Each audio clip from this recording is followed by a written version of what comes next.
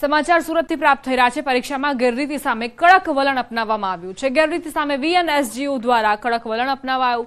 147 વિદ્યાર્થીને પૂરક પરીક્ષા આપવા દેવામાં નહીં આવે।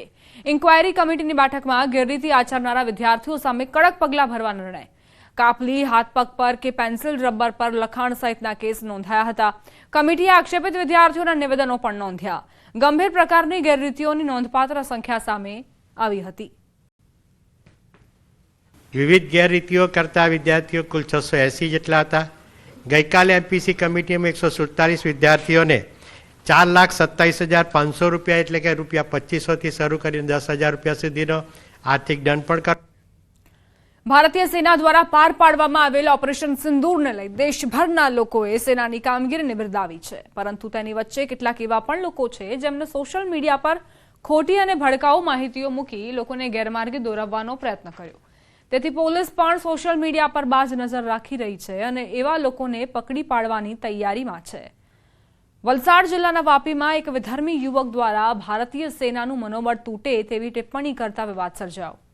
સાજિદ નાસિર સલમાની નામના યુવાને સલૂનમાં કામ કરતી વખતે દેશ વિરોધી ટિપ્પણી કરી હતી। તેની આ હરકતને સલૂનમાં કામ કરતા અન્ય વ્યક્તિએ મોબાઈલ કેમેરામાં કેદ કરી। આ વિડીયોના આધારે પોલીસે દેશ વિરોધી ટિપ્પણી કરતા વિધર્મીને ઝડપી પાડ્યો અને તેના વિરુદ્ધ કડક કાર્યવાહી કરી। પોલીસે પણ લોકોને અપીલ કરી છે કે સોશિયલ મીડિયામાં ખોટા મેસેજ પ્રસારિત ન કરવા। વલસાડ જિલ્લા પોલીસ દ્વારા આવા તમામ સોશિયલ મીડિયા એકાઉન્ટ ઉપર વોચ રાખવામાં આવી હતી અને એ અનુસંધાને વાપી વિસ્તારના એક વ્યક્તિ જેણે સોશિયલ મીડિયા પર એક વિડીયો મળેલો હતો, જેને વિડીયોમાં એ ભારતીય જે સેના છે એની કાર્યવાહી બાબતે એણે નકારાત્મક કમેન્ટ કરેલી, નેગેટિવ કમેન્ટ કરેલી હતી। ગંભીરતા જે હતી એને ધ્યાને રાખીને વલસાડ જિલ્લા પોલીસ દ્વારા વાપી ટાઉન પોલીસ સ્ટેશન ખાતે એ વ્યક્તિ વિરુદ્ધમાં ગુનો દાખલ કરવામાં આવ્યો છે। જીઆઈ કેન્ટોનમેન્ટ સ્કૂલમાં વિવાદ સર્જાયો। શાળા દ્વારા એકાએક ફી માંગવામાં આવતા વાલીઓ ચિંતામાં મુકાઈ ગયા, જેને લઈને વાલીઓએ પ્રતિક ઉપવાસ શરૂ કર્યા। વાલીઓ પાસેથી ફી માંગવામાં આવતા વાલીઓ પણ મૂંઝવણમાં મુકાયા। જો કે આ મામલે શાળાના પ્રિન્સિપાલનું કહેવું છે કે શાળા એફઆરસીમાં આવતા ફી માંગવામાં આવી। જે વાલી ફી ભરવા સક્ષમ નહીં હોય તેમની ફી માફી અંગે મેનેજમેન્ટ નિર્ણય લેશે। આ બાબતે જ્યારે પ્રાઇમરી સ્કૂલ શરૂ થઈ ઇંગ્લિશ મીડિયમ ત્યારે શરૂઆતમાં ફી લીધી નહોતી, પણ એફઆરસી આવતા અમદાવાદ કેન્ટોનમેન્ટ બોર્ડે એફઆરસી મંજૂર કરાવીને ફી લેવાનો નિર્ણય લીધો। ત્યાં તક માત્ર 6,000 રૂપિયા ફી છે અને એ 10 મહિનાની ફી તરીકે લીધી છે। 2 મહિના જે વેકેશનની ફી લેવામાં આવતી નથી। કેટલાક વાલીઓ જે છે ફી ભરે છે, કેટલાક વાલી મિત્રો ફી ભરવી જ નથી એવા આગ્રહ રાખે છે, પણ આનો નિર્ણય આનો સત્તા છે અમદાવાદ કેન્ટોનમેન્ટ બોર્ડની છે। તમે કેવી છે ફી લો છો તો મને તોય લેટર આપવામાં આવ્યો નહીં ને વાલીઓને સમજાવવામાં આવ્યા ફી ભરો ને રિઝલ્ટ લઈ જાઓ, એટલે વાલીઓ બિચારા એ જગ્યાએ એટલે હું બુધવારથી ઉપવાસ પર ઉતર્યો છું, વાલીઓની જોડે છું। જ્યાં સુધી રિઝલ્ટ ને ફી માફી નહીં થાય કેમ્પ સદર બજારની જનતાની, ત્યાં સુધી મારું આંદોલન ચાલુ રહેશે। મારી છોકરી અત્યારે 7મા ધોરણમાં આવી છે અહીંયા ને અત્યાર સુધી એની એક બી ફી લેવામાં આવી નથી ને આજે સદર બજારની જનતા જે છે બહુ એકદમ પોર છે, બધા જે કમાવામાં બધા રોજ લાવીએ રોજ ખાવાવાળા છે, એ લોકો આ 6,000 ને 7,000 ફી માંગે છે। આ નહીં ચાલવાનું। પાકિસ્તાન વચ્ચે તણાવના માહોલ વચ્ચે આરોગ્ય વિભાગ સતર્ક। 16 સિવિલ હોસ્પિટલ ટેરેસ પર રેડ સિમ્બોલ બનાવવામાં આવ્યો છે। ઇમરજન્સીના સમયે હોસ્પિટલનું લોકેશન ઓળખ થઈ શકે તે માટે ખાસ પ્રકારનું આયોજન કરાયું છે। તમામ સરકારી હોસ્પિટલના ટેરેસ પર રેડ ક્રોસનો સિમ્બોલ લગાવવામાં આવ્યો છે। જે પણ ઇમરજન્સી સિચ્યુએશનમાં પેશન્ટને એરલિફ્ટ કરેલા હોય એવા દર્દીઓને દૂરથી વિઝનમાં આવી શકે કે આ જગ્યાએ હેલ્થ ફેસિલિટી, મેડિકલ ફેસિલિટી ઉપલબ્ધ છે એ સૂચવવા માટેનો એ સિમ્બોલ છે। એટલે નજીકના હેલિપેડ કે નજીકની જગ્યાએ ઉતારી અને ત્યાંથી પેશન્ટને અહીંયા શિફ્ટ કરવામાં આવે છે। મન મૂકીને માણશે ગીર, કચ્છ, વલસાડ સહિતની સુપ્રસિદ્ધ રસાયણ મુક્ત કેરીની જયાફત। અમદાવાદના વસ્ત્રાપુર હાટમાં યોજાશે કેસર કેરી મહોત્સવ 2025। કૃષિ મંત્રી રાઘવજી પટેલ આવતીકાલે શુભારંભ કરાવશે। 1 મહિના સુધી 85 સ્ટોલ ખાતેથી ખેડૂતો કેરીનું સીધું વેચાણ કરશે। વર્ષ 2023ના કેસર કેરી મહોત્સવ દરમિયાન એક જ મહિનામાં રેકોર્ડ બ્રેક 2.70 લાખ કિલોગ્રામથી વધુ કેરીનું વેચાણ થયું હતું। કેસર કેરી મહોત્સવ આગામી 13 જૂન એટલે કે 1 મહિના સુધી ચાલશે.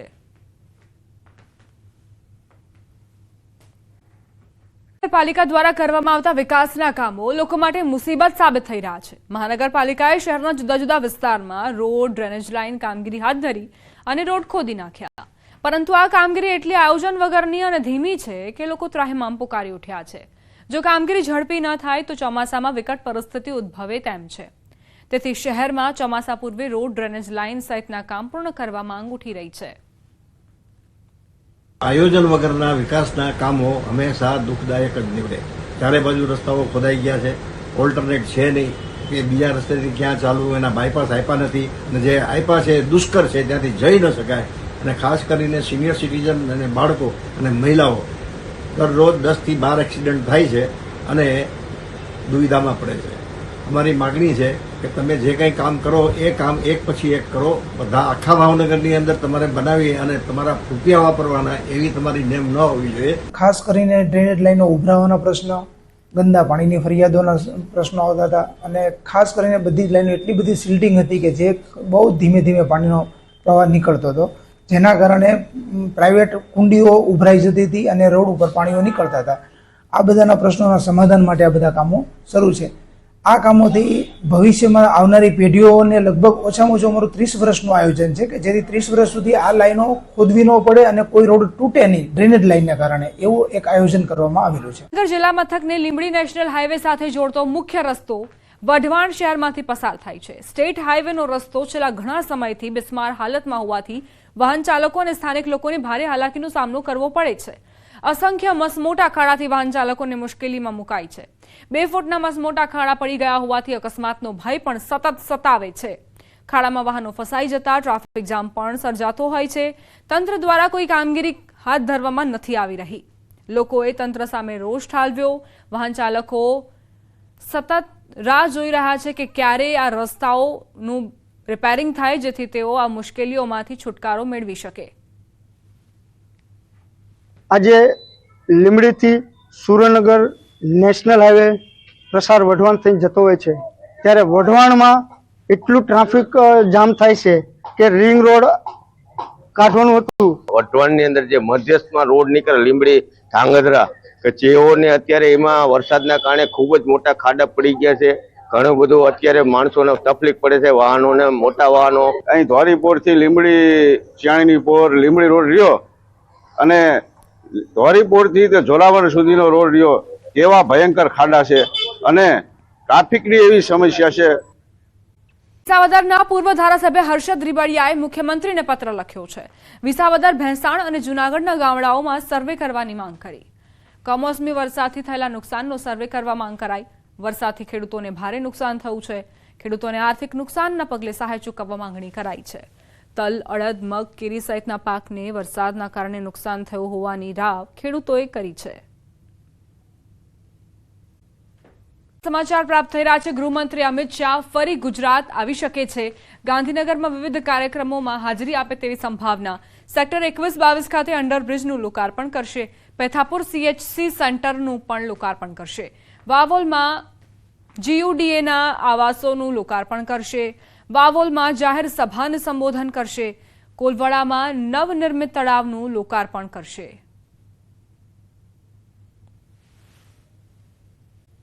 સૈનિકોની વચ્ચેથી પ્રધાનમંત્રીનો પાકને સંદેશ. અમે ઘરમાં ઘૂસીને મારીશું. દરેક આતંકી હુમલાનો જવાબ અમારી શરતો પર આપીશું. પાકમાં એવી કોઈ જગ્યા નથી જ્યાં આતંકી શાંતિથી રહી શકે. પ્રધાનમંત્રી મોદીની પાકિસ્તાનને ચેતવણી. ભારત કોઈ પણ પરમાણુ બ્લેકમેલિંગ સહન નહીં કરે. ફરીથી દુસ્સાહસ કરશો તો જડબાતોડ જવાબ આપીશું. દુશ્મનનું હૃદય ભારત માતા કી જય સાથે ધ્રુજે છે. ઓપરેશન સિંદૂર નવી નીતિ, નિયત, નિર્ણયનો ત્રિવેણી સંગમ ગણાવ્યું. जब हमारी फौजें न्यूक्लियर ब्लैकमेल की धमकी की हवा निकाल देती है तो आकाश से पाताल तक एक ही बात गूंजती है, भारत माता की जय. ये देश के हर उस नागरिक की आवाज है जो देश के लिए जीना चाहता है,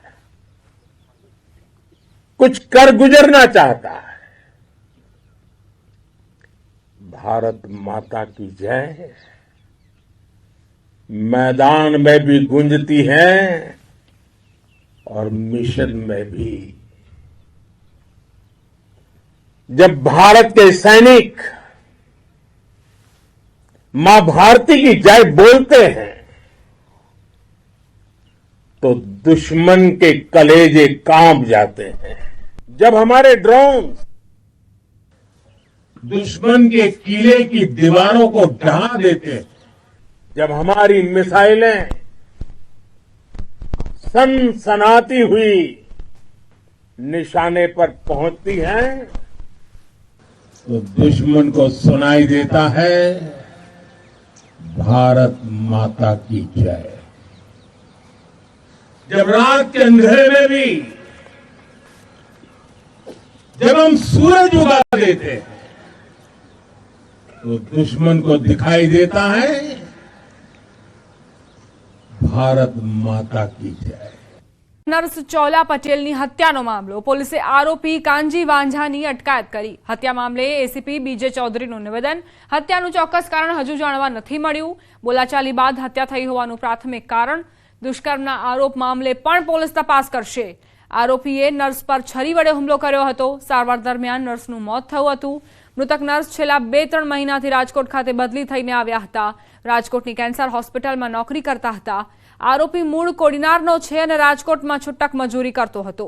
પોલીસે ઘટના સ્થળે જઈને પુરાવાઓ એકત્રિત કર્યા તેમજ એફએસએલની ટીમની પણ મદદ લેવામાં આવી। હત્યાની હાલમાં તપાસ ચાલુ છે। હત્યાનું કોઈ હજી સ્પષ્ટ કારણ જાણવા મળે નથી। આરોપી છૂટક મજૂરી કરતો, કડીએ કામ કરતો, વગેરે કામ કરતો। એ વાતચીત એમને મૌખિક વાતચીત થતી એમને, પણ એવું કોઈ બાબતે હજી કોઈ સ્પષ્ટ કારણ નથી મળ્યું। 71 કરોડના મનરેગા કૌભાંડમાં મોટી કાર્યવાહી। દેવગઢ બારિયાના ટેકનિકલ આસિસ્ટન્ટની ધરપકડ। અધૂરા કામ પર બિલ મંજૂર કરવાના મામલે કાર્યવાહી કરાઈ છે। કોર્ટ દ્વારા 8 દિવસના પોલીસ રિમાન્ડ મંજૂર કરાયા। હાલ સુધી 5 કર્મચારીઓ જેલમાં છે।